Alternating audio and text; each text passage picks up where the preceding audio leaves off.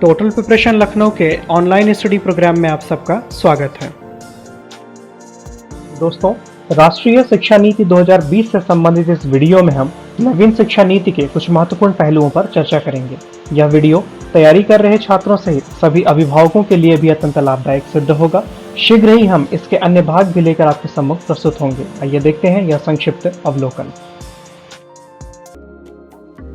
दोस्तों, इस वीडियो में हम राष्ट्रीय शिक्षा नीति 2020 से संबंधित स्कूली शिक्षा के प्रावधानों पर चर्चा करेंगे। हाल ही में केंद्र सरकार ने राष्ट्रीय शिक्षा नीति 2020 को मंजूरी दी है। नई शिक्षा नीति 34 वर्ष पुरानी राष्ट्रीय शिक्षा नीति 1986 को प्रतिस्थापित करेगी। इससे पूर्व वर्ष 1986 में राष्ट्रीय शिक्षा नीति बनाई गई थी, जिसे वर्ष 1992 में संशोधित किया गया था। सबके लिए आसान पहुंच, इक्विटी, गुणवत्ता, वहनीयता और जवाबदेही के आधारभूत स्तंभों पर निर्मित यह नई शिक्षा नीति सतत विकास के लिए एजेंडा 2030 के अनुकूल है। इसका उद्देश्य 21वीं सदी की जरूरतों के अनुकूल स्कूल और कॉलेज की शिक्षा को अधिक समग्र, लचीला बनाते हुए भारत को एक ज्ञान आधारित जीवंत समाज और ज्ञान की वैश्विक महाशक्ति में बदलना और प्रत्येक छात्र में निहित अद्वितीय क्षमताओं को सामने लाना है। नई शिक्षा नीति के अंतर्गत केंद्र व राज्य सरकार के सहयोग से शिक्षा क्षेत्र पर देश की जीडीपी के 6% हिस्से के बराबर निवेश का लक्ष्य रखा गया है और मानव संसाधन विकास मंत्रालय का नाम बदलकर शिक्षा मंत्रालय करने को भी मंजूरी दी गई है। नई शिक्षा नीति के निर्माण के लिए जून 2017 में पूर्व इसरो प्रमुख डॉक्टर के कस्तूरीरंगन की अध्यक्षता में एक समिति का गठन किया गया था। इस समिति ने 31 मई 2019 को राष्ट्रीय शिक्षा नीति का मसौदा प्रस्तुत किया था। राष्ट्रीय शिक्षा नीति 2020 वर्ष 1968 और वर्ष 1986 के बाद स्वतंत्र भारत की तीसरी शिक्षा नीति होगी। नई शिक्षा नीति स्कूली शिक्षा के सभी स्तरों, प्री स्कूल के माध्यम से माध्यमिक स्तर तक सबके लिए एक समान पहुंच सुनिश्चित करने पर जोर देती है। इस नई शिक्षा नीति में छात्रों और उनके सीखने के स्तर पर नजर रखने, औपचारिक और गैर औपचारिक शिक्षा सहित बच्चों की पढ़ाई के लिए बहुस्तरीय सुविधाएं उपलब्ध कराने, परामर्शदाताओं या प्रशिक्षित सामाजिक कार्यकर्ताओं को स्कूल के साथ जोड़ने, कक्षा 3, 5 और 8 के लिए NIOS और राज्य ओपन स्कूलों के माध्यम से ओपन लर्निंग, कक्षा 10 और 12 के समकक्ष माध्यमिक शिक्षा कार्यक्रम, व्यावसायिक पाठ्यक्रम, वयस्क साक्षरता और जीवन संवर्धन कार्यक्रम जैसे उपाय प्रस्तावित हैं। नई शिक्षा नीति 2020 के तहत स्कूल से दूर रह रहे लगभग 2 करोड़ बच्चों को मुख्य धारा में वापस लाया जाएगा। बचपन की देखभाल और शिक्षा पर जोर देते हुए स्कूल पाठ्यक्रम के 10+2 ढांचे की जगह 5+3+3+4 का नया पाठ्यक्रम संरचना लागू किया जाएगा, जो क्रमशः 3 से 8, 8 से 11, 11 से 14 और 14 से 18 उम्र के बच्चों के लिए बनाया गया है। इसमें अब तक दूर रखे गए 3 वर्ष से 6 वर्ष के बच्चों को स्कूली पाठ्यक्रम के अंतर्गत लाने का प्रावधान है, जिसे विश्व स्तर पर बच्चे के मानसिक विकास के लिए महत्वपूर्ण चरण के रूप में मान्यता दी गई है। नई प्रणाली में 3 साल की आंगनवाड़ी प्री स्कूलिंग के साथ 12 साल की स्कूली शिक्षा सम्मिलित होगी।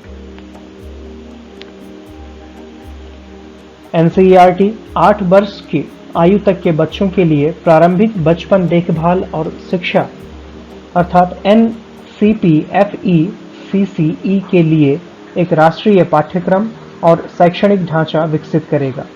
एक विस्तृत और मजबूत संस्थान प्रणाली के माध्यम से प्रारंभिक बचपन देखभाल और शिक्षा अर्थात ECCE early childhood care and education मुहैया कराई जाएगी। नवीन शिक्षा नीति के 5+3+3+4 शैक्षणिक और पाठ्यक्रम ढांचे को आप इस चित्र के माध्यम से, इस ग्राफ के माध्यम से आसानी से समझ सकते हैं। इसमें दर्शाया गया है कि किस प्रकार से बच्चा 5+3+ 3+4 शैक्षणिक ढांचे में 15 वर्ष तक शिक्षा ग्रहण करेगा। पहले के अकादमिक ढांचे में जहां 10+2 सिस्टम अपनाया गया था, जिसमें 10 वर्ष तक बच्चे कक्षा 6 से 10 तक की शिक्षा हासिल करते थे और इसमें उनकी उम्र होती थी 6 वर्ष से 16 वर्ष। उसके बाद बच्चे 16 से 18 वर्ष तक 10+2 यानी कि 11वीं और 12वीं की शिक्षा प्राप्त करते थे। अब इस नवीन ढांचे में 4 स्टेज बनाए गए हैं, जिसमें प्रथम स्टेज होगा फाउंडेशनल स्टेज, जिसमें बच्चे 5 वर्ष की शिक्षा ग्रहण करेंगे, जिसमें प्रथम 3 वर्ष बाल वाटिका, आंगनवाड़ी या प्री स्कूल जिसे हम कहते हैं उसके तहत शिक्षा ग्रहण करेंगे और 2 वर्ष कक्षा 1 और 2 की पढ़ाई बच्चे इसमें करेंगे। यानी कि इस 5 वर्ष के फाउंडेशनल स्टेज में, फाउंडेशनल ढांचे में बच्चे कक्षा 2 तक की पढ़ाई करेंगे। अब अगला स्तर आता है जिसे प्रिपरेटरी स्टेज कहा गया है, जिसमें बच्चे 8 से 11 वर्ष तक की आयु समूह के होंगे और इसमें बच्चे कक्षा 3 से 5 तक की शिक्षा ग्रहण करेंगे। अब दूसरा एज ग्रुप आता है जिसे मिडिल स्टेज नाम दिया गया है। इसमें बच्चे 11 से 14 वर्ष के आयु समूह के होंगे और बच्चे कक्षा 6 से 8 वर्ष तक की शिक्षा इसमें ग्रहण करेंगे। अंतिम स्टेज आता है जिसे सेकेंडरी स्टेज कहा गया है। इस सेकेंडरी ढांचे में बच्चे 4 वर्ष का एकीकृत पढ़ाई करेंगे, जिसमें कक्षा 9 से 12 तक की पढ़ाई बच्चे करेंगे। इसमें बच्चे 14 वर्ष से 18 वर्ष के आयु समूह के होंगे। जहां पिछले अकादमिक ढांचे में 12 वर्षीय शैक्षणिक कार्यक्रम का ढांचा बनाया गया था, वहीं इस नवीन शैक्षणिक और पाठ्यक्रम ढांचे में 15 वर्ष का शैक्षणिक कार्यक्रम डिजाइन किया गया है, जिसको 4 स्टेज में 5+3+3+4 में बांटा गया है। जैसा कि आपने देखा, पहला स्टेज 5 साल का है जिसमें बच्चे कक्षा 2 तक पढ़ाई, दूसरा स्टेज 3 वर्ष का जिसमें 3 से 5वीं तक की पढ़ाई, तीसरा स्टेज भी 3 वर्ष का जिसमें 6 से 8वीं तक की पढ़ाई और चौथा स्टेज कक्षा 9 से 12 तक का जिसमें बच्चे 9वीं से 12वीं तक की पढ़ाई करेंगे। आइए देखते हैं अन्य महत्वपूर्ण वन लाइनर्स।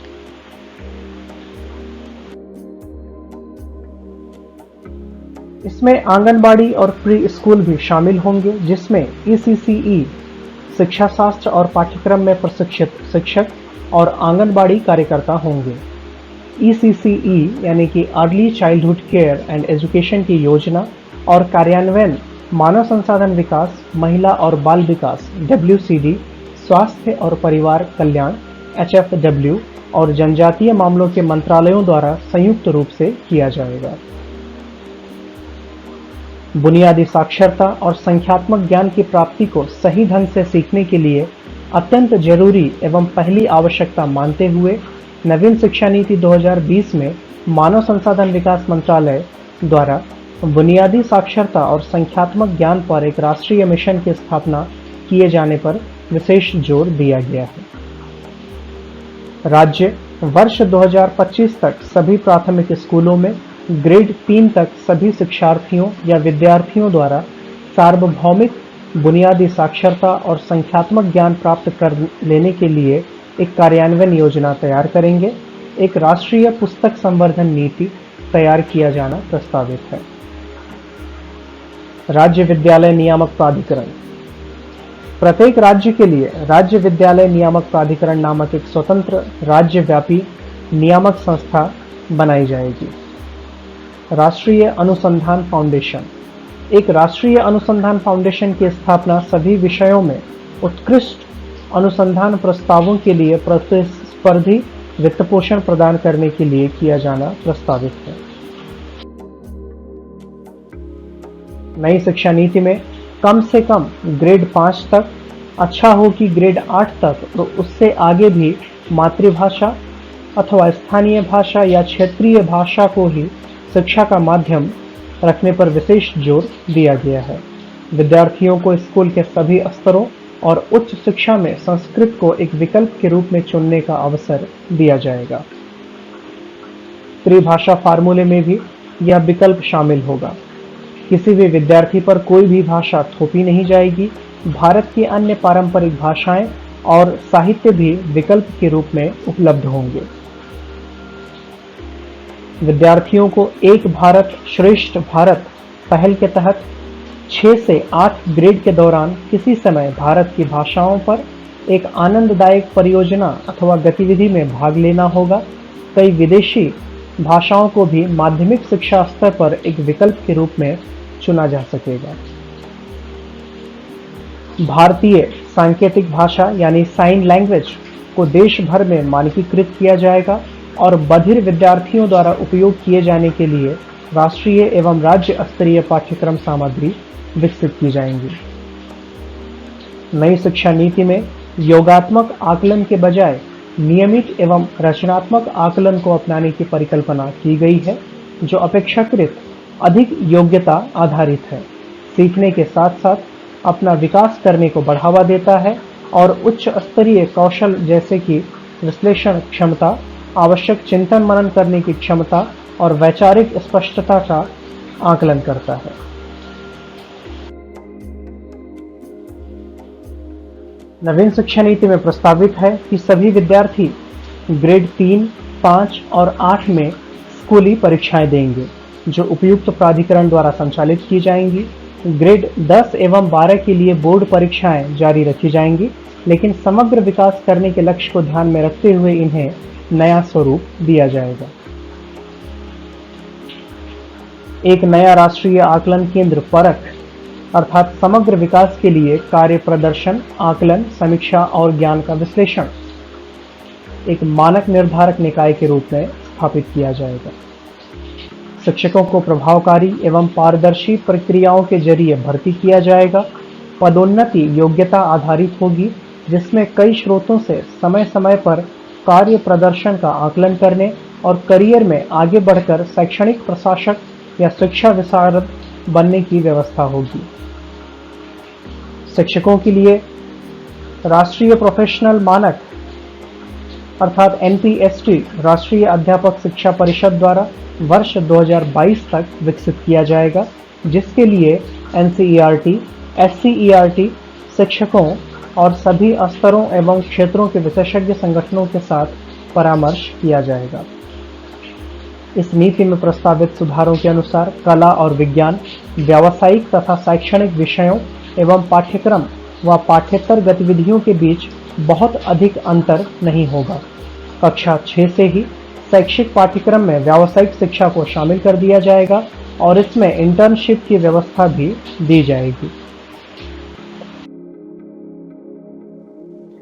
छात्रों की प्रगति के मूल्यांकन के लिए मानक निर्धारक निकाय के रूप में परख अर्थात समग्र विकास के लिए प्रदर्शन, आकलन, समीक्षा और ज्ञान का विश्लेषण, परख, performance assessment, review and analysis of knowledge for holistic development नामक एक नए राष्ट्रीय आकलन केंद्र नेशनल असेसमेंट सेंटर की स्थापना की जाएगी।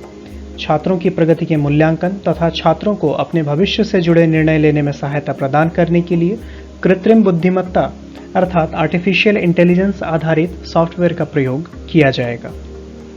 बोर्ड परीक्षा में कम स्टेक होंगे। सभी छात्रों को किसी भी दिए गए स्कूल वर्ष के दौरान 2 बार बोर्ड एग्जाम लेने की अनुमति होगी, एक मुख्य परीक्षा और एक को सुधार के लिए यदि आवश्यक हो तो।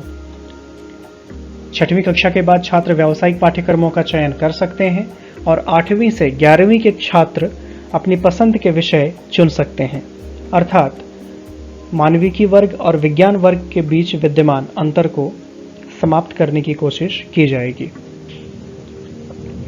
उच्च शिक्षा और कॉलेज प्रवेश परीक्षा नेशनल टेस्टिंग एजेंसी अर्थात NTA साल में 2 बार कॉमन कॉलेज प्रवेश परीक्षा आयोजित करेगी। इसे 2022 सत्र से लागू किया जाएगा।